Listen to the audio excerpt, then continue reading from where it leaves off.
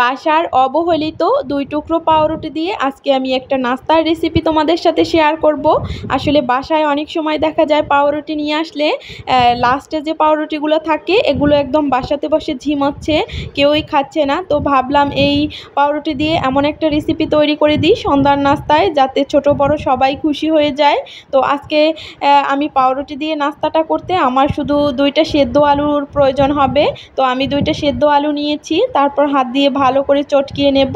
আর সেদ্ধ আলুর সাথে এখানে হচ্ছে একটু শুকনো লঙ্কার গুঁড়ো অ্যাড করব, আর হচ্ছে একটু হলুদ গুঁড়ো আর একটু স্বাদ মতো লবণ দিব। আসলে এটা ওইরকম কোনো কিছুই লাগবে না, শুধু এটা দিয়ে তৈরি করা যাবে মজাদার এই নাস্তাটা। তো তারপর হাত দিয়ে ভালো করে মিক্স করে রেখে দেব এক সাইডে। তারপরে হচ্ছে আমি একটা ডিম নিয়েছি, ডিমটা একটু ভালো করে ফেটিয়ে নেব, একদম সুন্দর করে মানে ফেটিয়ে নিতে হবে। তারপর যে পাউরুটিগুলো নিয়েছি, আসলে নিচের পাউরুটিগুলো একটু শক্ত টাইপেরও থাকে। তারপর হচ্ছে পাউরুটিগুলোতে আমি সেদ্ধ ও আলুর যে দিয়ে পুরটা তৈরি করে রেখেছিলাম, সেই পুরটা হচ্ছে উপর থেকে সুন্দর করে হাত দিয়ে এভাবে দিয়ে দেব। দিয়ে হচ্ছে চাকু দিয়ে এগুলো কেটে নেব। আমি হচ্ছে লম্বা লম্বা করে কেটে নিয়েছি, আপনারা চাইলে চৌকা করে ছোট ছোট বিস্কিটের মতোও কাটতে পারেন। এটা আমি এই সবগুলো কেটে নিয়েছি। তারপর হচ্ছে আমি এখানে কিছু ব্রেড ক্রাম্ব নেব। আমি হচ্ছে বাসাতেই এটা তৈরি করেছিলাম, আমার টোস্ট বিস্কুট দিয়ে করেছি আমি ব্লেন্ডারে, আপনারাও বাসাতে এগুলো তৈরি করতে পারবেন। তারপর হচ্ছে আমি ডিমের ভিতর পাউরুটির পিসটা চুবিয়ে তারপর ব্রেড ক্রাম্বের ভিতর করব। এভাবে আমি সবগুলো পিস হাত দিয়ে সুন্দর করে রেডি করে নেব। আমি যেভাবে করতেছি এভাবে করবেন।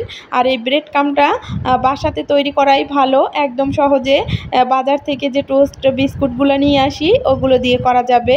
তারপর হচ্ছে সবগুলো আমি রেডি করে নিয়েছি। এখানে হচ্ছে আমি পরিমাণ মতো তেল দিয়ে দিয়েছি। এগুলো হচ্ছে ডুবো তেলে ভাজবো না, একদম অল্প তেলে ভাজবো। তারপর আমি চুলার আঁচটা মিডিয়াম আঁচে করে দেব। তারপর একটু পর হচ্ছে ওলট পালট করে দেব। আর এগুলো একদম ফুলে কিন্তু ডাবল হয়ে যাবে। এই যে এগুলো কিন্তু একদম ফুলে গেছে।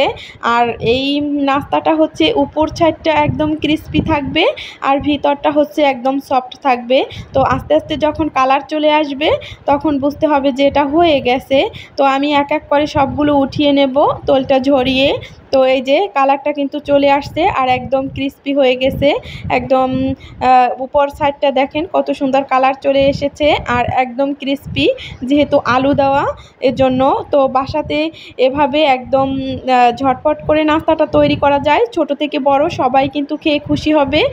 এমনকি সন্ধ্যার পরে প্রাইভেট টিচারকেও এটা বানিয়ে দিতে পারবেন। তো ভালো লাগলে অবশ্যই লাইক দিবেন।